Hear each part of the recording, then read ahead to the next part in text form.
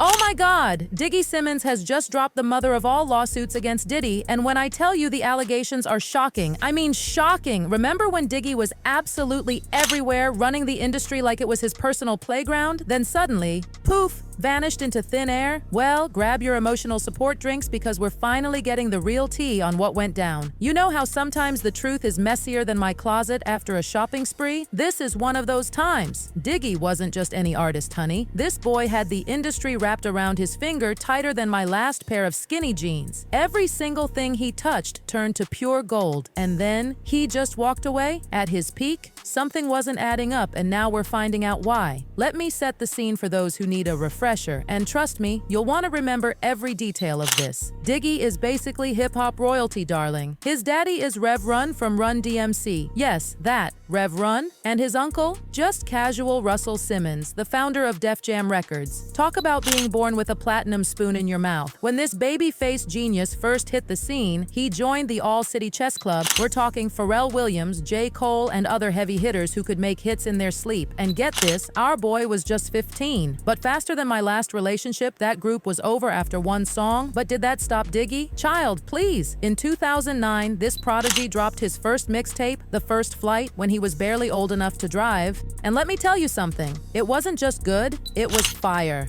We're talking over 100,000 downloads from his personal blog, and this was before streaming was even a thing. Being on Run's house definitely didn't hurt either. That MTV show had everyone and their mama obsessed with the Simmons family. Record labels were fighting over this boy like it was Black Friday at Walmart. 5 different labels were throwing contracts at him like confetti at a New Year's party, but Diggy chose Atlantic Records, and honey, that decision made him hotter than a summer sidewalk. His 2010 cover of Nas's Made You Look had everyone shook. Even Kanye and Nas themselves were giving him their stamp of approval. And the hits, they just kept coming like my online shopping packages. Airborne in 2010 had everyone talking, then Past, Present, and Future in 2011 proved he wasn't just a one-hit wonder. This child was out here collecting successes like I collect shoes. He was touring with BET's 106 and Park, sharing stages with Tyga, Mac Miller, and Mindless Behavior, basically living every teenager's dream. But here's where things start getting darker than my morning espresso. Being a Nepo baby isn't all private jets and VIP access. The pressure on this poor child was more intense than my mother's judgmental stares at family dinners. Everyone was saying he only made it because of daddy's name, completely ignoring the fact that this boy had more talent in his pinky than most have in their whole body. One of the members passes.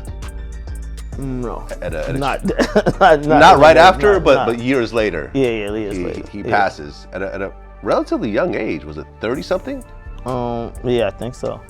Did you see that coming at all? Were you guys still in contact? No, I didn't. I mean, I didn't see that coming. We was in. I mean, we had just did the 20th anniversary, so it was like.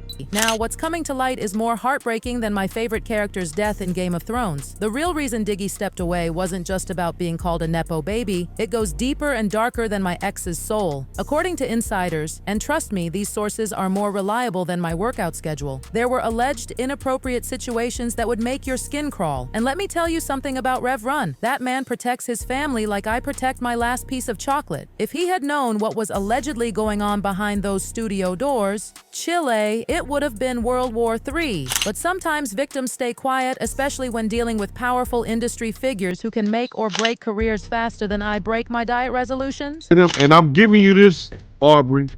He stood up there and he said, in front of a lot of people, we were in the studio, and I said something to him and walked out the studio. He said, yo, I'm a dick soft and picked him up and picked him out to my, he said, I'm a him out. I'm gonna get them all on, and I'm gonna pimp their out to my, what was that? Them somebody kids, and walked out. Y'all, the authorities aren't playing around anymore. Like this is some game of musical chairs. They're digging deeper than my determination to find my ex's new girlfriend on social media. We're talking 20+ years deep. And what they're finding, it's making everyone's jaws drop lower than my standards on dating apps. Listen up, because this tea is scalding. Cat Williams has been trying to warn us for years, honey. This man has been in Hollywood longer than I've been trying to master winged eyeliner. Over 30 years. He knows where all the skeletons are buried, and he's been spilling the tea even when it cost him more opportunities than my big mouth at job interviews. What's happening? That JD thing.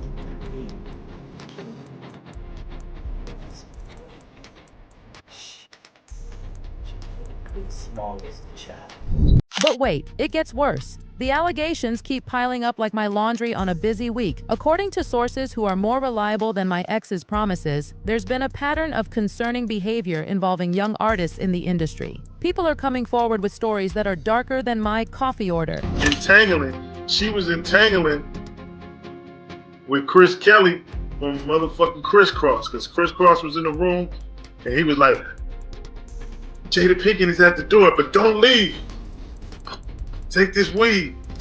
Chill. We like, damn, the woman gave us an ounce of weed.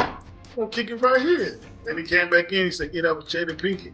I'm like, damn, Jada Pinkett at a young age. Child, this situation is messier than my bedroom after trying on outfits for a first date. But we're not just talking about regular industry drama anymore. These are serious allegations that have the feds working overtime like me before a beach vacation. He said, yo, Gene, watch the door, don't let nobody come through here. And I said I watched the door. If I watched the door and him and a man ran out naked, and I said that, ain't nobody told me that. I saw that myself. Now, honey, let's get one thing straight. This isn't about anybody's personal life choices. This is about serious allegations involving minors who couldn't consent, and the police have reportedly been investigating these claims longer than I've been trying to master a smoky eye. Remember that whole situation with James Jimmy Henchman Roseman back in 2013? The feds were grilling him like my mama grills me about being single at family gatherings. And trust me, Jimmy wasn't just any regular music manager. We're talking about someone connected to shadier business than my attempts to hide online shopping from my accountant. Yo, Diddy, you gave me the ooshkash gooshwash. You gave me the ooshkash muaf, the shooshwash. Diddy. Yeah, shine. You know what I mean? You know what I mean? You gave me the ooshkash muash. I love it, yo. But hold on to your wigs, because there's more. Orlando Brown came forward with allegations that would make a reality show look tame. And he wasn't the only one singing this tune. Chris Brown had his own story to tell, and it's giving me more chills than a horror movie marathon. And then the funniest part, like, a lot of people don't know, Diddy turned me down. I was 12 years old. Watch this.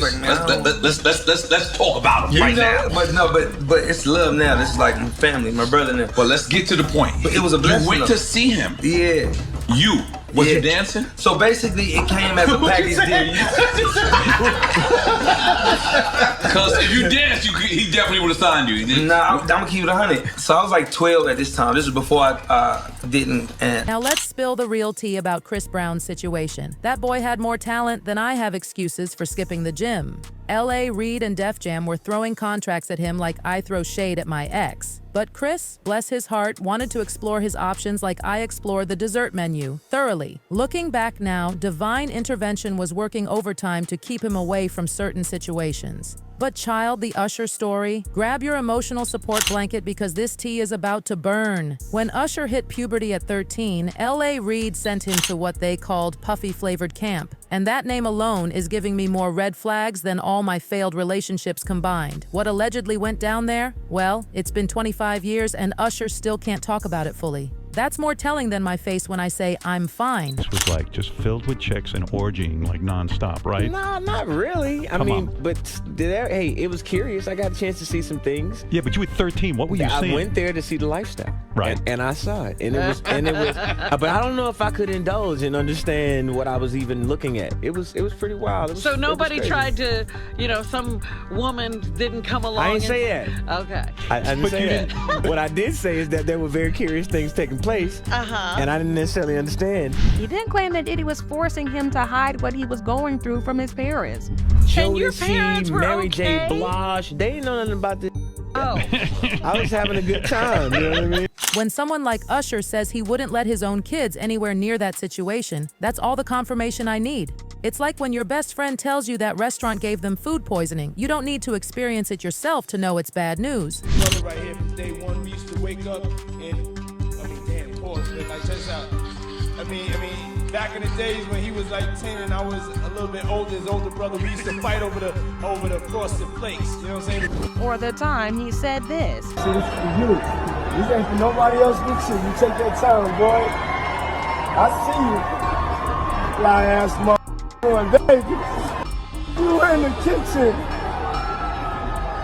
eating all my cereal. What was in Kim's book? You want to hear it? Here it go. Now, I cannot confirm or deny what's in this book, but ain't nobody fit Natasha K. me. So in this book, it detailed his relationships with men, footage of those encounters. It had the names of the men he slept with. A disease. Allegedly, Diddy giving Usher a disease. He had been trying to get to Bieber for a minute. And his management was backing him off. But it wasn't until Usher took over management and had guardianship and gave temporary guardianship to the diddler. And then there's this Justin situation that's more uncomfortable than wearing heels for 12 hours straight. There's this super weird documentary-style video that's raising more eyebrows than my aunt's holiday fruitcake. When someone says they're doing things they can't talk about on camera with a teenager, that's more suspicious than my ex saying she's just a friend. 48 hours. Right now, he's having 48 hours with Diddy, him and his boy. They're having the times of their lives, like, you know, where we hanging out and what we doing. We can't really disclose. But hold on to your pearls because this next part is wild. A Texas lawyer is now representing 120 new alleged. That's more people than I've ghosted on dating apps. These stories are breaking hearts faster than a player in a rom-com involving promises of stardom that turned darker than my mood without coffee. The industry's watching this unfold like it's the season finale of their favorite show, except this isn't entertainment, it's real life. These aren't just random stories anymore. We're talking about serious allegations with more documentation than my failed attempts at starting a diet. The comment sections are exploding like my inbox after posting a thirst trap. Fans are saying things like, justice needs to be served and these demons need to be exposed.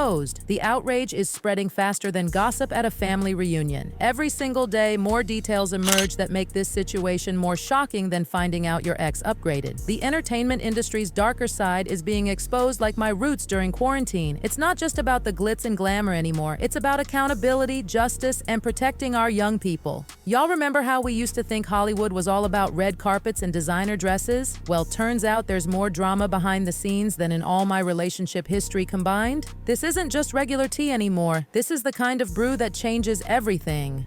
The facade is crumbling faster than my willpower at a dessert buffet, and the truth? It's more shocking than finding out your best friend liked your ex's Instagram post. The industry is quaking harder than my hands before a first date. Keep your notifications on because this story is developing faster than my online shopping addiction. The truth is coming out, and it's messier than my bedroom after trying on outfits for a week. We're watching history unfold, and honey, it's more dramatic than all seasons of reality TV combined. Don't forget to smash that like button harder than I smash my alarm's snooze button. Drop your thoughts in the comments like I drop hints about what I want for my birthday, and subscribe for more tea spilling than a British afternoon gone wrong. Because trust and believe, this story isn't over. It's just getting started, and your girl here will keep you updated on every single detail, every shocking revelation, and every twist and turn in this wild industry saga. Stay tuned because this tea party is far from over. It is far from